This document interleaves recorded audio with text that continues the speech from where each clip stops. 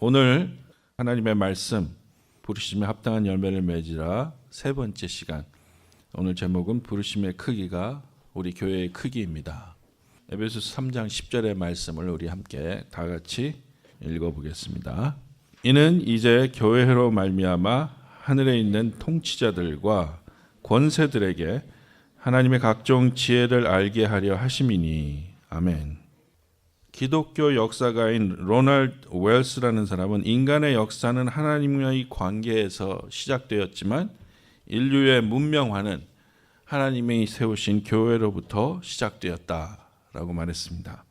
기독교 교회는 인류 역사에 예수 그리스도 안에 있는 인류가 존재하고 우리 인류가 나아가야 할 방향을 계속해서 증거해 왔습니다.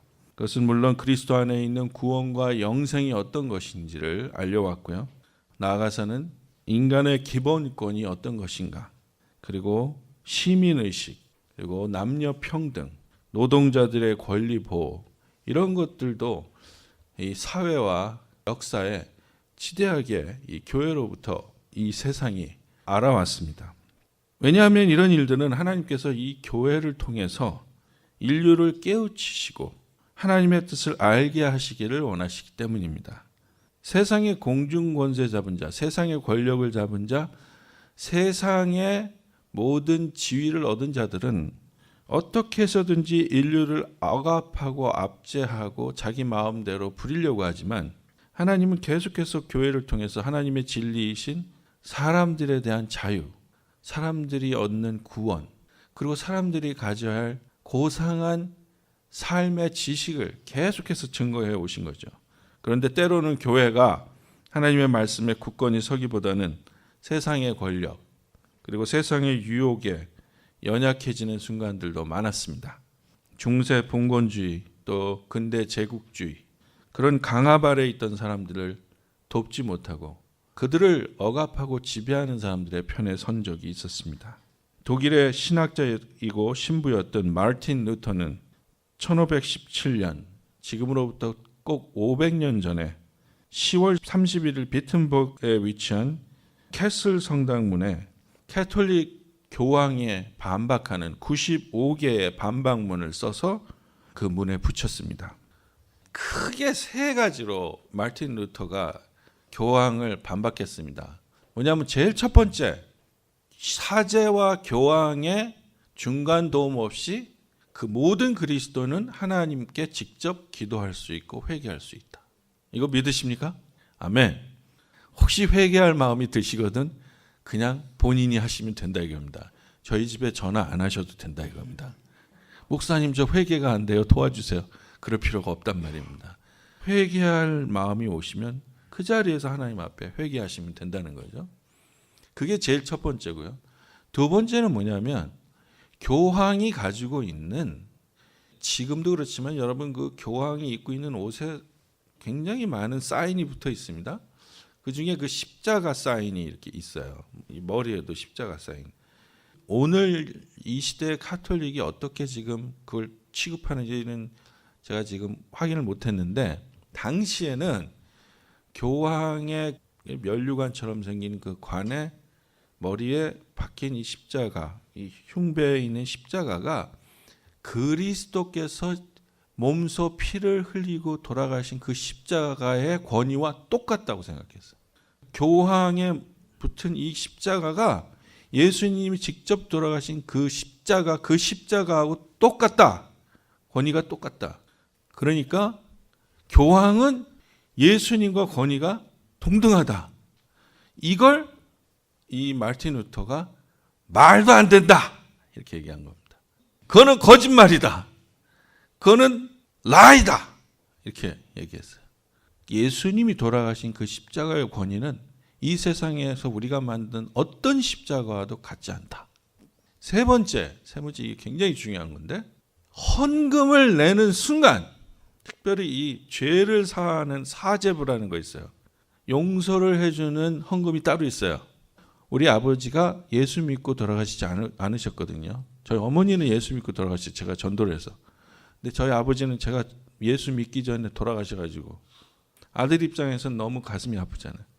그러니까 우리 아버지를, 저 지옥에 계실 아버지를, 거긴 또 연옥이라고 그러는데, 아무튼 어디 힘들게 계신 아버지를 제가 천국으로 보내드리고 싶어. 그래서 제가 교황청에 문의를 했어요. 그랬더니 60만 불 정도 내면 아버지를 옮길 수 있다. 지금의 저는 할 수 없습니다. 죄송하게도 60만 불이 없어요.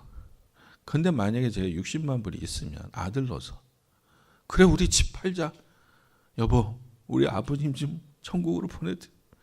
우리 집사람이 화를 내더라도 미안해. 나는 아버지가 더 중요해. 집 팔자. 사람들이 그래서 집을 팔아가지고 그 당시에 교황청에 그 거액의 헌금을 내는 겁니다. 그러면 교황이 뭐라고 그러냐면, 너희가 내는 그 헌금이 헌금통에 짤랑 소리가 내는 동시에 아버지의 영혼이 천국으로 간다.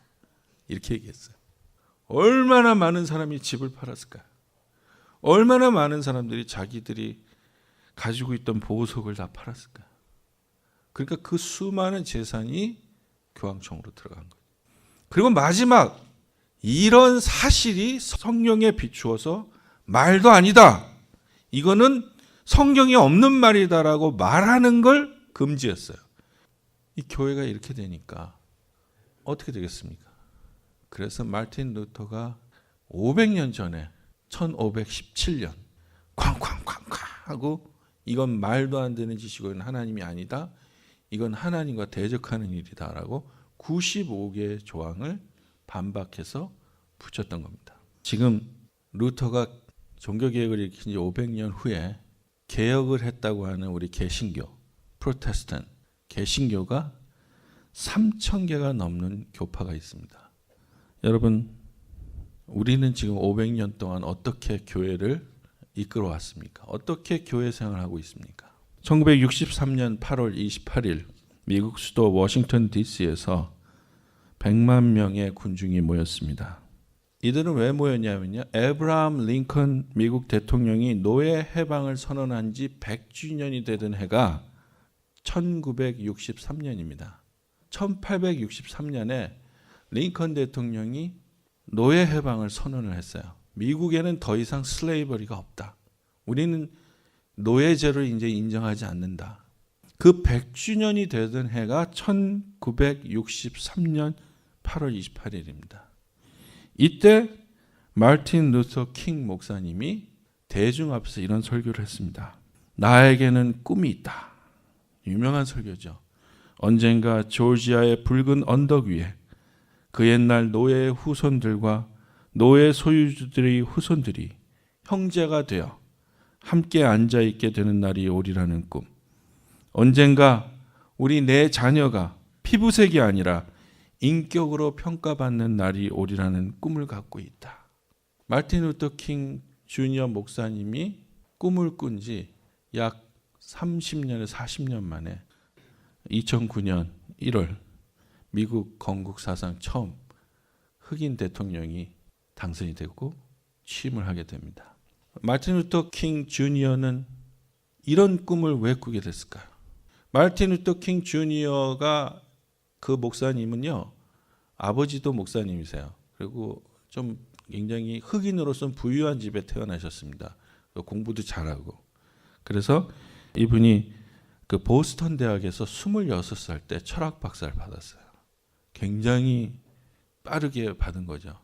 그래서 엘라바마주에 있는 어느 교회가 청빙이 이제 됐습니다. 그래서 글로 이제 목사님으로 가셨는데, 그 당시에 유명한 로사 파크스라는 여인이, 이 여인이 무슨 일을 했냐면요, 그 당시에는 버스를 타면 앞자리 앞에 반은 백인이 앉아요. 뒷자리에는 흑인이 앉아요. 그런데 어느 날 이 로사 파크스라는 여인이 버스를 타려고 올라갔더니 백인 자리에는 한 명밖에 안 앉아 있고 텅텅 비었고 흑인 자리에는 꽉 차 있는 거예요. 그래서 백인이 앉는 빈 자리, 거기에 앉았던 거예요. 흑인이 백인이 앉아야 할 자리에 앉았다는 이유만으로 그날 그녀는 구속이 됐습니다. 지금 같으면 참 기가 막힐 일이죠. 이때 로사 파크스가 마틴 루터 킹 주니어 목사님과 연락이 돼서 그때부터 이 목사님이 억압받는 흑인들을 위해서 일하기 시작한 거예요. 여러분, 지금 21세기에 우리 교회의 모습은 어떻습니까? 풀러 신학대학의 총자인 리처드 마우 교수는 무례한 기독교라는 책을 썼는데요. 이 책에 보면 세 장에, 그것도 작은 세 장에 갇힌 새처럼 세상에 향하여 열리지 못한, 세상을 향하여 무례해진 기독교는 반드시 게로화 될 거다. 반드시 게토처럼 될 거다. 이렇게 얘기했습니다. 2004년에 펴낸 한국 기독교인이 본 교회라는 책에 보면요, 우리 교회가, 우리 한인들이 다니는 교회가 뭐가 문제냐를 얘기했습니다. 첫 번째, 형식적이고 외모지상주의가 우세한 교회. 교회만 딱 빼면 형식적이고 외모지상주의가 우세한 연예계, 형식적이고 외모지상주의가 우세한 정치계, 비즈니스계. 요즘 젊은이들이 대학교 4학년 전에 반드시 해야 할 게 영어 시험하고 성형수술, 특히 여자는. 왜냐하면 취업 인터뷰에 일단 성형이 되지 않은 얼굴은 잘 쳐다도 안 본다는 거죠. 형식적이고 외모지상주의가 우세한 교회. 이건 사실 말이 안 돼야 되는 건데 지금 현실이 이렇다는 거예요. 로마서 2장 11절에 하나님께서는 외모로 사람을 취하지 않으신다고 분명히 말씀하십니다. 하나님은 뭘로 사람을 취하지 않으세요? 그러니까 우리처럼 외모가 약한 사람이 기뻐해야 될 말씀인데, 이건. 저는 이 말씀을 들으면 굉장히 이렇게 위로가 돼요. 아, 나처럼 산도족처럼 생겨도 목사를 할 수 있구나. 좀 날씬하고 아주 이렇게 돼서 얼굴도 하얗고, 우리 목사님 한 대 치면 넘어갈 것 같은, 거기다가 안경까지 끼고 너무 지식도 많은 것 같고 너무 겸손하게 생겼어야 되는데, 저 사람이 목사야 뭐야, 이렇게 안 본다는 거야. 하나님은 너무 위로가 돼요. 하나님은 외모로 사람을 취하지 않으신다. 이 많은 신자들이 이 교회를 구약시대의 성전이라고 생각해요. 그래서 우리 교회 성전 좀 구경하시려고 막 이래요. 근데 굉장히 착각이에요. 교회는 성전, 템플이 아니에요. 교회는 body of Christ예요. 예수님의 지체예요. 성전일 때는 여기 저 문 들어오면서 조심해야죠. 모든 거 없나? 죄도 씻고 손도 씻고. 근데 body of Christ예요. 예수님이 머리고 우리는 body예요. 우리 body는 누가 신경 써요? 머리가 신경 쓰는 거예요. 우리는 뭘 신경 써야 돼요? 머리하고 붙어 있느냐만 신경 쓰면 돼요. 내가 이 머리에 지시를 받고 있나? 이것만 신경 쓰면 돼요.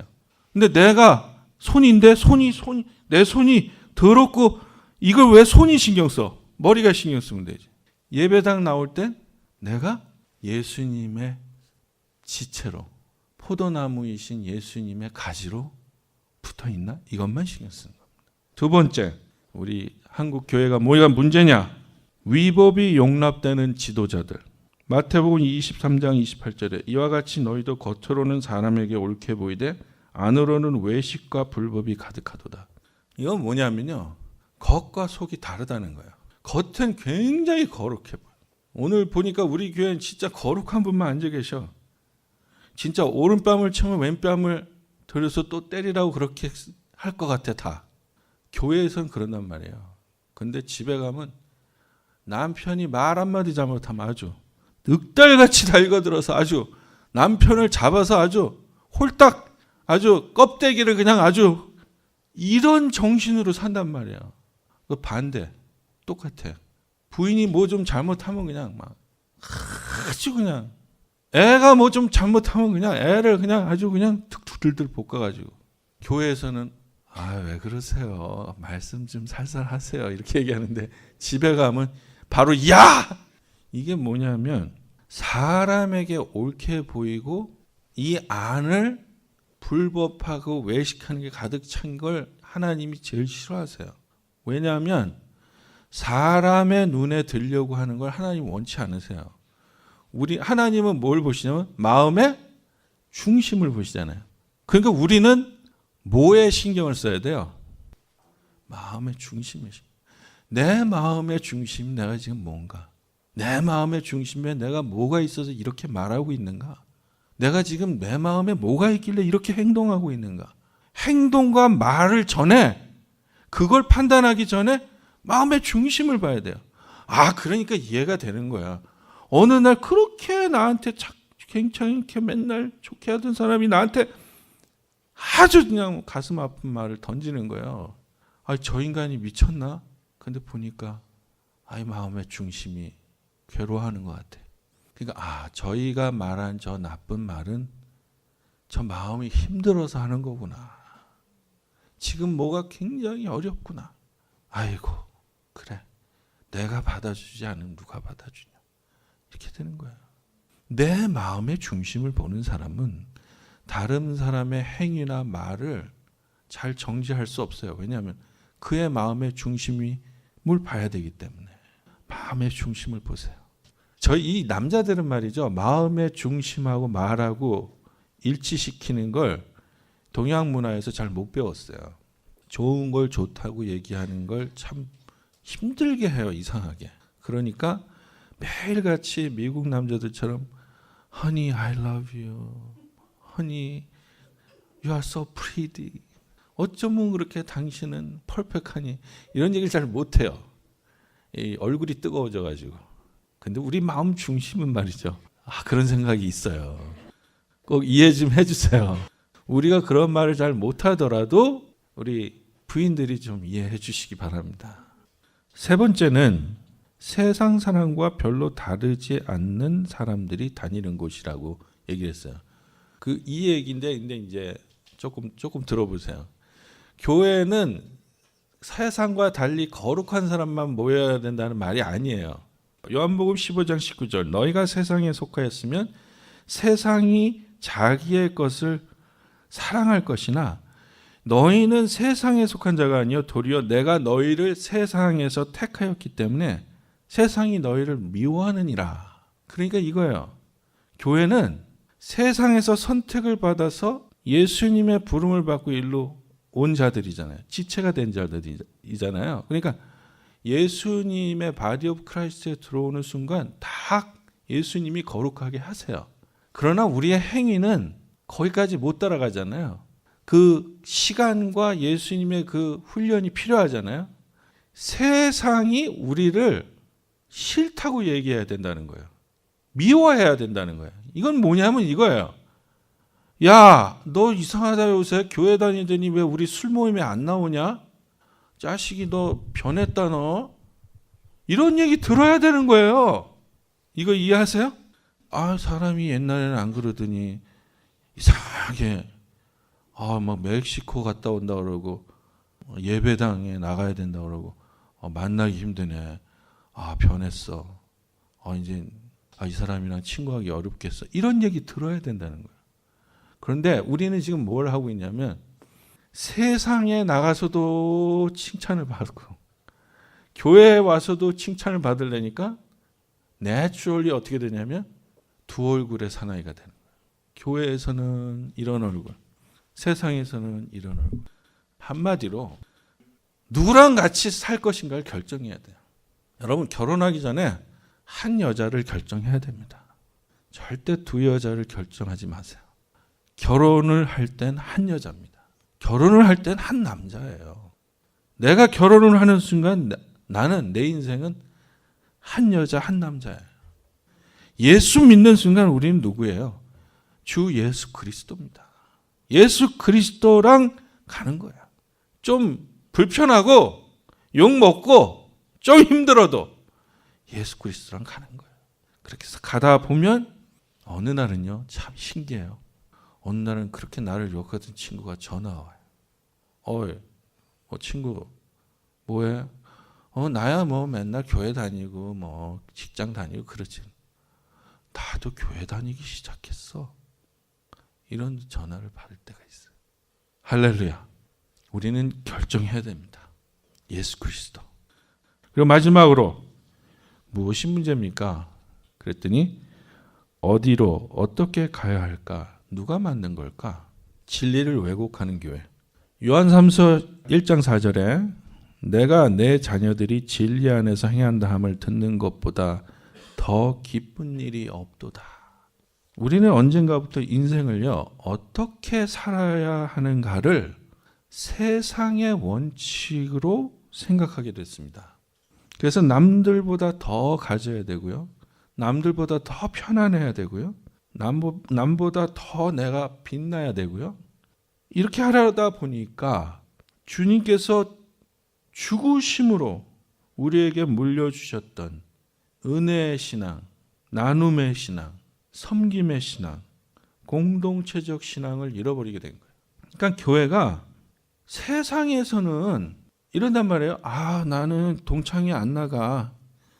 동창회 가면 뭐 누구랑 친하게 지내고 뭐 또 아들 대학교 서울대 보내는 애들끼리 또 따로 놀더라고. 나 그런 거 싫어서 안 나가. 이런 사람 많아요.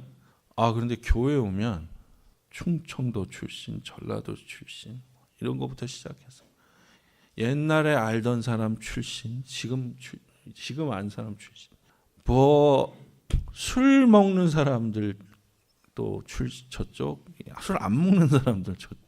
이래가지고 교회가 파가 그 안에서 한 교회 안에서 파가 또 몇십 개로 쪼개져요.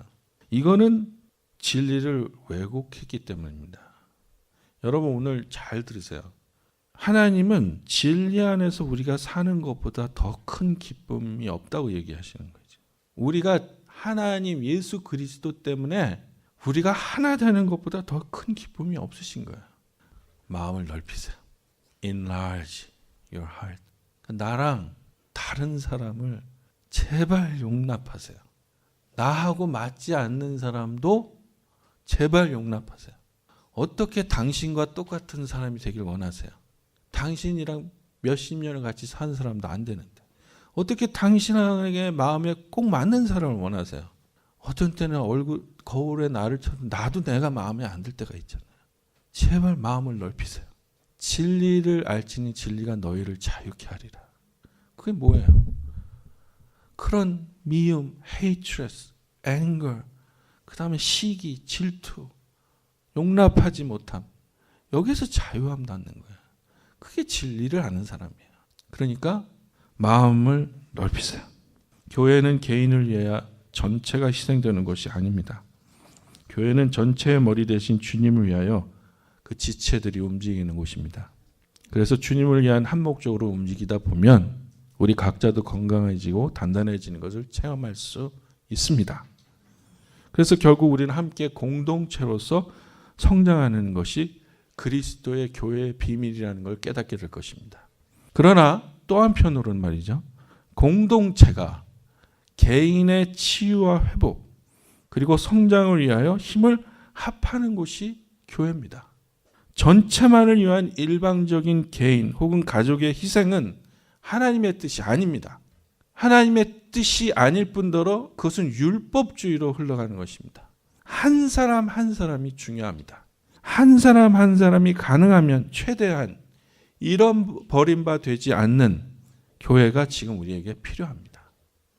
이것은 이미 500년 전에 마틴 루터가 지은 이중론제라는 책에 마틴 루터가 밝혔습니다. 그리스도인은 모든 것의 자유로운 주인이며 어느 누구에게도 종속되어 있지 않다. 그리고 동시에 그리스도인은 모든 것에 섬기는 종이며 누구에게나 종속되어 있다. 이게 그리스도인의 자유에 대해서 마틴 루터가 쓴 겁니다. 한편으로는 모든 것으로부터 자유하지만 We own our life. 근데 또 한편으로는 모든 이에게 빚진 자다.